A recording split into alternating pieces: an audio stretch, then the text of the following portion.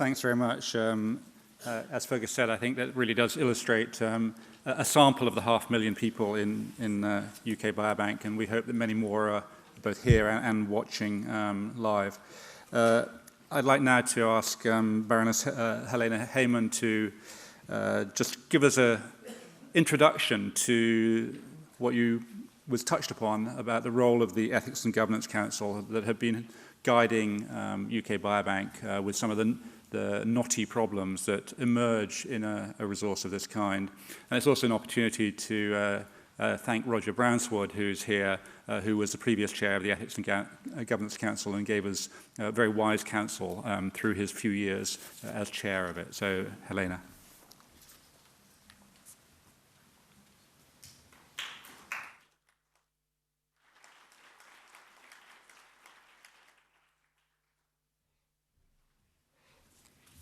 Rory, thank you very much indeed. And I'm delighted to hear Roger's here because I'm a very new chair of the Ethics and Governance Council. So if there are any difficult questions you'd like to take up afterwards, find him.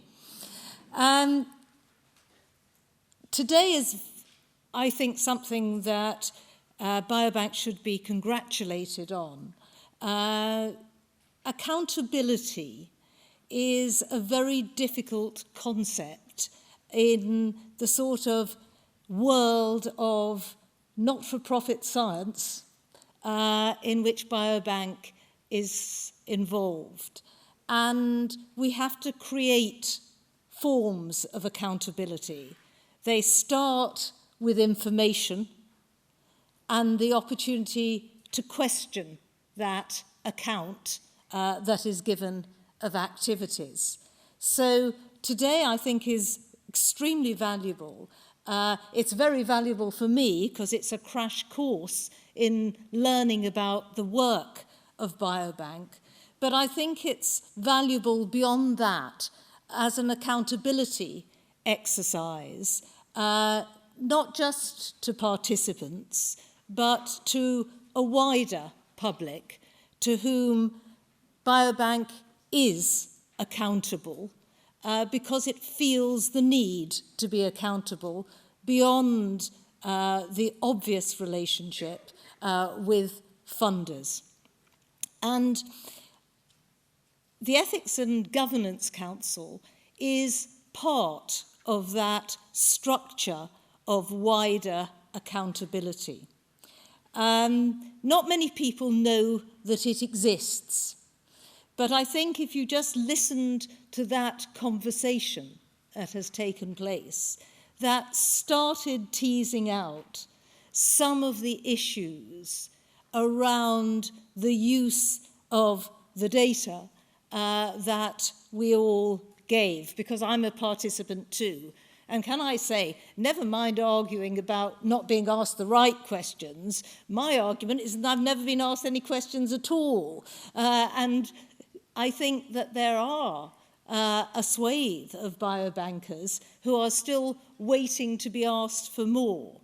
But the fascinating thing about that conversation, I think, was that even in a small group of biobanker participants, you found different views, different interpretations of what people had signed up for. Of course, the basic was there, but motivations are different and interpretations are different. So different views about how much people wanted extra input into what was going on, for example, on tumour samples, different views about how wide the consent had been, different views about how much some of the issues that were arising, particularly in relation to feedback, would benefit participants and what they had, quotes, signed up to.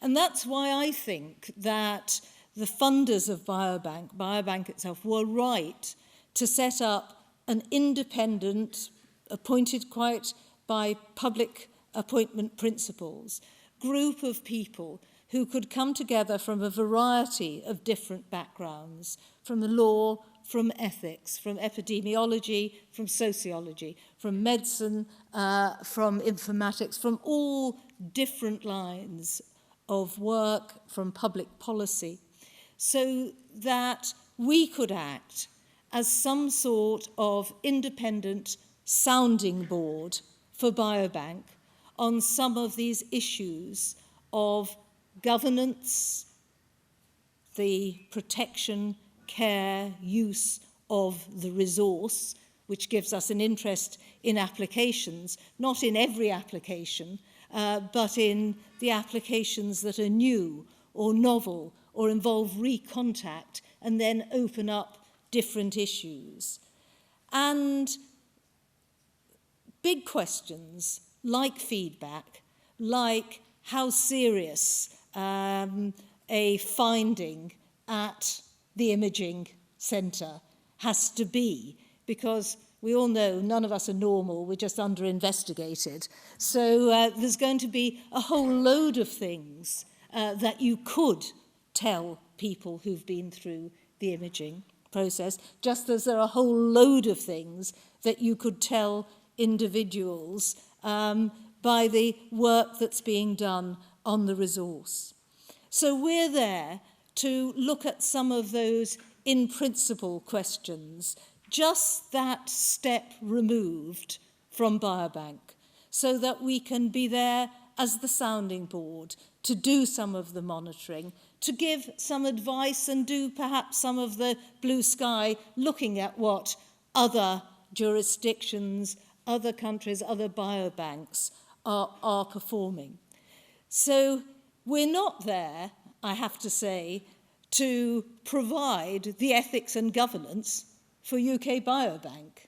That job is absolutely for Mike Rawlins and his board, for Rory Collins and his team to have high standards of governance, the highest standards of ethics in everything that they do. But we're there as that critical friend to provide that extra level of assurance to participants and public. And I'm quite reassured by the fact that although not many people know that we exist, when they are told that there is such a body, the response is pretty well universally, well, that was a jolly good idea. So it's not important that we have a tremendously high profile, although I'm very glad that members of the council, as David did just now, are integrated into many of the sessions that are going on today. What is, I think, important is that we maintain that correct balance of challenge and asking difficult questions to Biobank, while being fundamentally committed to the success of the project. I come from a world where I know that trust takes a huge amount of time and effort to build, and very little time and effort to destroy. You have to have very firm foundations for ensuring that that trust is all the time, the validity of it by the quality of how you do your work is all the time being reinforced.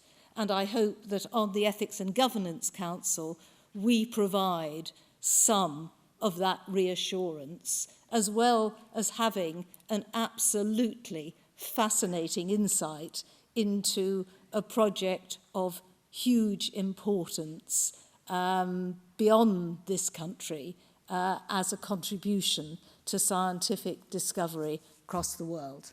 Thank you very much.